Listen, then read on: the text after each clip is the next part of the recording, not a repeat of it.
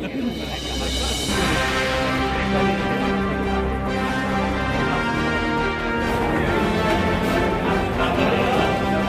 ही गिराते हैं नशेमन पे बिजलियां, गैरों ने आके मुझे थाम लिया है। बस्ती जिले में अगर अखिलेश यादव किसी को जानते हैं तो सिद्धेश्वर सिन्हा को जानते हैं। अखिलेश यादव ने अपने जीवन का पहला कोई पत्थर का शिलान्यास का फीता काटा होगा तो सिद्धेश्वर सिन्हा द्वारा जो है काटा होगा।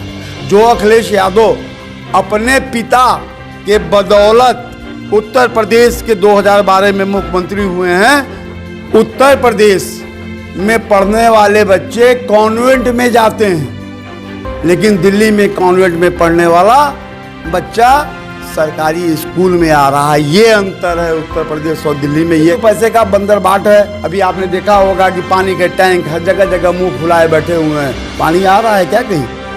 अभिवादन स्वीकार कीजिए, मैं अशरफ सैयद और आपने देखना शुरू कर दिया है जनदर्शन न्यूज़। उत्तर प्रदेश नगर निकाय चुनाव की रण के दूसरे चरण में मौजूद हैं बस्ती जनपद में, जहां 11 तारीख को मतदान होगा। बात अगर की जाए तो सभी प्रत्याशियों ने पर्चा दाखिल कर लिया है। कुछ ऐसे प्रत्याशी हैं जिन्होंने पुराना दामन छोड़कर नए दामन थाम लिया है। हम बात करेंगे सिद्धेश्वर सिन्हा से, जिनकी पत्नी विनीता सिन्हा यहाँ से आम आदमी पार्टी की प्रत्याशी हैं। आम आदमी पार्टी दिल्ली एमसीडी में लक्ष्य प्राप्त करने के बाद उत्तर प्रदेश में भी लगातार संघर्षरत है। बात अगर की जाए तो प्रभारी संजय सिंह इसी दौरे पर हैं, जहां वो रायबरेली, प्रयागराज, लखनऊ सहित सभी जिलों का दौरा कर रहे हैं। वो लगातार भारतीय जनता पार्टी पे हमलावर हैं। हम जानना चाहेंगे सिद्धार्थ सिन्हा कि वो कौन से दुख हैं जिन्हें समाजवादी पार्टी छोड़कर आम आदमी पार्टी में शामिल होना पड़ा। समाजवादी पार्टी में काफ़ी लंबे समय से आप रहे, पूर्व सभासद भी हैं। क्या वजह रही कि समाजवादी पार्टी छोड़कर आम आदमी पार्टी का दामन थामना पड़ा? मेरी पारिवारिक पृष्ठभूमि समाजवाद से जुड़ी रही। मेरे पिताजी भी इसी पार्टी में रहे और संस्थापक रहे। 1992 में समाजवादी पार्टी की जिस दिन स्थापना हुई तो छोटे लोहिया के नाम से जाने जाने वाले जिनेश्वर मिश्रा जी ने मुझे समाजवादी पार्टी की सदस्यता ग्रहण कराई। मैं छात्र नेता के रूप से इसी एपी डिग्री कॉलेज में पढ़ा और कला संकाय प्रतिनिधि और छात्र संघ के अध्यक्ष के रूप में भी मैंने काम किया। नगर पालिका का मैं पूर्व सभासद भी रह चुका हुआ हूँ। लगातार मैं सड़कों पे चल करके संघर्ष करने का काम किया, लेकिन ऐन वक्त पर ये बता दूं कि जिताऊ, धनबली, जातिवादी, ये सारी व्यवस्थाओं के आगे एक कार्यकर्ता टूट गया। तो ये कहना चाहूँगा कि अपने ही गिराते हैं नशेमन पे बिजलियाँ, गैरों ने आके मुझे थाम लिया है। तो ये हकीकत हो तो तुमको जाना कहाँ था। एक राष्ट्रीय पार्टी, ईमानदार पार्टी, और मैं 40 वर्ष बनाम 4 दिन के नारे के साथ आया हूँ और 5 नोट और 5 वोट मांगने के लिए आया हूँ। मैं दरवाजे दरवाजे जाता हूँ, क्योंकि मेरे कार्यकाल के जो भी छात्र रहे होंगे अब उनकी संख्या कम से कम 5 हो गई होगी। व्यापक जन समर्थन मुझको मिल रहा है। नतीजा है कि हकीकत में अब 11 तारीख का दिन होगा, झाड़ू चुनाव चिन्ह होगा, हाउस टैक्स हाफ होगा और वाटर टैक्स माफ़ होगा।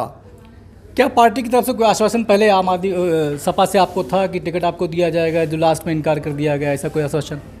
ये तो बस्ती ज़िले में अगर अखिलेश यादव किसी को जानते हैं तो सिद्धेश्वर सिन्हा को जानते हैं। जब मैं सभासद था तो लोहिया नगर की स्थापना मैंने ही कराया था। अप्रैल का वो माह जब मैं नगर पालिका का 2000 में सभासद निर्वाचित हुआ और वो कन्नौज से पहली बार सांसद बन करके के आए। मेरे ख्याल से अखिलेश यादव ने अपने जीवन का पहला कोई पत्थर का शिलान्यास का फीता काटा होगा तो सिद्धेश्वर सिन्हा द्वारा जो है काटा होगा। पता लगा लीजिएगा, रेलवे स्टेशन चौराहे पे आज भी वो पत्थर जिंदा है। वजह क्या मानते हैं आपके टिकट ना मिलने की? क्या वजह मानते हैं इसकी? धनबली, बाहुबली, जातिवादी। 2006 में भी ये मेरे साथ एक घटना हुई। 2017 में अगर पूरे बस्ती के जनपद के लोग जानते हैं कि आयातित लोगों को ला करके चुनाव लड़ा दिया गया, और 2023 में भी वही स्थिति हो रही है। तो ऐसे पार्टी में काम करने से बेहतर है कि एक ईमानदार पार्टी में जाए। जो अखिलेश यादव अपने पिता के बदौलत उत्तर प्रदेश के 2012 में मुख्यमंत्री हुए हैं, केजरीवाल को देख लीजिए कि उन्होंने दिल्ली ही नहीं पंजाब में अपनी ईमानदारी के बलबूते पर सरकार बना लिया। तो जो बाप से पाए हुए अनुकंपा के आधार वाला मुख्यमंत्री और स्वयं अपने बलबूते पे बनने वाला मुख्यमंत्री वो लोकप्रिय होगा कि ये लोकप्रिय होगा, ये समीक्षा अब आपको करने की आवश्यकता है। ईमानदारी की बात की, दो मंत्री जेल चले गए आम आदमी पार्टी के। देखिए, ये ईमानदारी में केजरीवाल ईमानदार हो सकता है, व्यक्ति ईमानदार हो सकता है कि उनके अनुयायी किन्हीं कारणों से अगर ऐसी थी हो, बिना आरोप के। ये भारतीय जनता पार्टी की नीति है कि एक उभरने वाली पार्टी को कहीं ना कहीं चोर बना के अब तो कल होकर के मैं भी चोर हो सकता हूँ। मैं भारतीय जनता पार्टी से यहाँ लड़ रहा हूँ, मेरे अलावा कोई नहीं लड़ रहा। कल होकर के सिद्धेश सिन्हा भी बहुत ईमानदार हैं, व्यापार करते हैं, 2 रुपये का व्यवसाय है, प्रति टिकट एक व्यापार करता हूँ, 2 रुपये पाता हूँ। मैं भी चोर हो जाऊंगा। तो चोर ही जब किसी को बनाना होगा तो निश्चित रूप से आप ईडी उनके हाथ में है, सीबीआई उनके हाथ में है, राव उनके हाथ में है, तो किसी भी व्यक्ति को। और ये मानिए ना आप कि दिल्ली ऐसे विश्व की सबसे बड़ी पार्टी भारतीय जनता पार्टी, जो दिल्ली की हृदय स्थली पर हमारी आम आदमी पार्टी 70 में 70 मतलब 3 माइनस हम कर देते हैं, 67 की बात करते हैं, 3 की कोई गिनती नहीं होती है, वहाँ पे हम राज कर रहे हैं। इसका मतलब है कि हम ईमानदार होंगे। और आप ये मानते हैं कि नहीं मानते हैं कि आज की तारीख में उत्तर प्रदेश में पढ़ने वाले बच्चे कॉन्वेंट में जाते हैं, लेकिन दिल्ली में कॉन्वेंट में पढ़ने वाला बच्चा सरकारी स्कूल में आ रहा है। ये अंतर है उत्तर प्रदेश और दिल्ली में। ये काम करने की क्षमता केवल अरविंद केजरीवाल के पास है और न मोदी के पास है, न योगी के पास है। काफ़ी लंबा अनुभव सिद्धेश सिन्हा का राजनीति में रहा है, समाजवादी पार्टी में रहे, आम आदमी पार्टी में है, बस्ती को बहुत करीब से देखा होगा। कौन सी प्रमुख समस्याएं बस्ती में देखते हैं जो जीतने के बाद बदलना चाहेंगे? बहुत आसान सवाल आपने किया है। बजबजाती हुई नालियाँ, बिखरे हुए तार और आवारा पशु ये पूरे सड़कों पर घूम रहे हैं। कहीं ना कहीं अगर अध्यक्ष हुआ 13 तारीख को इस बस्ती नगर पालिका की 1,20,000, जिसकी में 10 की संख्या कम है, 1,20,000 जनता ने मुझे अपना प्यार दिया, तो मैं निश्चित रूप से सबसे पहले अंडरग्राउंड सीवर लाइन और अंडरग्राउंड ये बिजली के तारों की मैं व्यवस्था कराऊंगा। और समाजवादी विचारधारा से ओत-प्रोत, डॉक्टर लोहिया की विचारधारा से ओत-प्रोत अगर कोई व्यक्ति अगर है अरविंद केजरीवाल, तो उन्होंने भी कहा था कि रोटी कपड़ा सस्ती होगी, दवा पढ़ाई मुफ्ती होगी।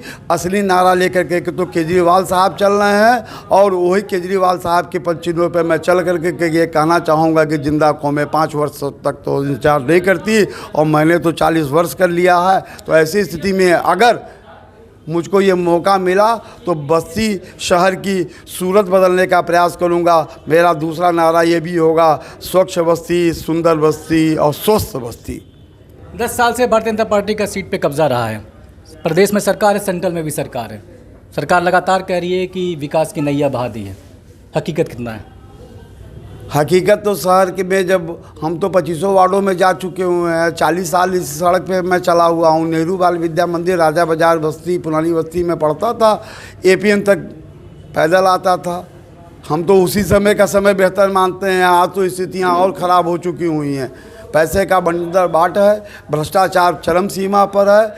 अब हम अगर आवेंगे तो इस भ्रष्टाचार पे भी झाड़ू लगावेंगे और निश्चित रूप से मैं ये वादा करता हूँ कि अगर 13 तारीख के बाद फिर अगले 13 को 1 साल के बाद आप मुझसे मिलेंगे तो बस्ती की सूरत मैं बदलने का काम करूँगा और आप भी मुझको बधाई दे करके जाएंगे कि नहीं सिद्धेश जी, आपने बेहतर काम किया है। 10 सालों में बीजेपी ने बस्ती में कोई काम ही नहीं किया साहब। मैं बीजेपी की बात कर रहे हैं। जब मैं सभासद था तो उस समय की जो सड़कें मैंने बना दिया है उस पर तो उन्होंने रिपेयरिंग का काम किया ही नहीं। ऐसी बहुत सी गलियों को मैं दिखा दूं, मैं बहुत सी गलियों को दिखा दूं जो मैंने अपने कार्यकाल में लोगों के चंदे से, जबकि नगर पालिका के पास फंड नहीं हुआ करता था। मैं इटैलिया वार्ड जो लोहिया नगर के नाम से जाना जाता है, आज भी जो मेरे बनाई हुई जो नई सड़कें, मैं MP MLA नहीं था, नगर पालिका का मात्र सभासद था, मैंने नई सड़कों का इजाद किया है। जो एक सभासद की हैसियत एक टोटी खरीदने की नहीं होती है, उस व्यक्ति ने नई सड़कों का निर्माण जनता के पैसे से किया। और आज भी वहाँ पर लोग चलते हैं। मोहल्ले का नाम बता दूँ, रसूल नगर, और पुराना सब्जी मंडी से लेकर के मेहता टोला तक जाने वाली जो सड़कें थी वो सिद्धेश सिन्हा के कार्यकाल में बनाई गई हुई थी। उसको इन लोगों ने ठीक से रिपेयर नहीं कराया। तो ये तो पैसे का बंदरबाट है। अभी आपने देखा होगा कि पानी के टैंक हर जगह जगह मुंह फुलाए बैठे हुए हैं। पानी आ रहा है क्या कहीं? ये ऐसी बहुत सी चीज़ें हैं। मैं इनके भ्रष्टाचारियों के बारे में अपने दिमाग को नहीं लगाऊंगा। मैं इतना ही करूंगा कि मैं अगर वहाँ पर बैठा तो उस टोटी में पानी भी होगा। जो जगह जगह चुनाव के पूर्व आपने देखा होगा कि 3.5 लाख रुपए का 35,000 की सामग्री को 3.5 लाख रुपया भारतीय जनता पार्टी के लोगों ने खरीद करके लगाया है। और आज भी वो हाथी के सूंड की तरह से दिखाई दे रहा है, लेकिन पानी का एक भी बूंद नीचे नहीं गिर रहा है। जबकि ऐसे समय में, जबकि आज गर्मी का समय है, हमको वाटर कूलर की हर जगह व्यवस्था होनी चाहिए। और मैं प्रयास करूँगा कि ये सारी चीज़ों को मैं बेहतर कर दूँ, क्योंकि अब मेरी उम्र 58 साल की हो चुकी है। अंतिम समय में मैं अपने जीवन को अपने शहरवासियों को समर्पित करने की घोषणा करता हूं।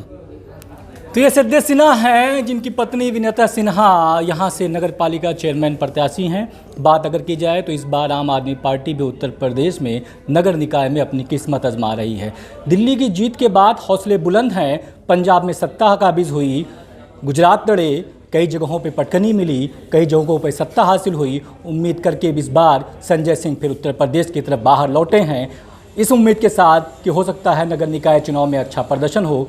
2024 में लोकसभा का चुनाव है, बहुत सारे सपने हैं। सिद्धेश सिन्हा के भी बहुत सारे वादे हैं कि जब 11 तारीख को मतदान होगा तो इनके जो वादे हैं वो जनता को इतना लुभा पाते हैं। वो आने वाली 13 तारीख को जब मतगणना होगी तो सब कुछ साफ होगा कि नगर का चेयरमैन कौन होगा और इसकी कायाकल्प कौन बदलेगा।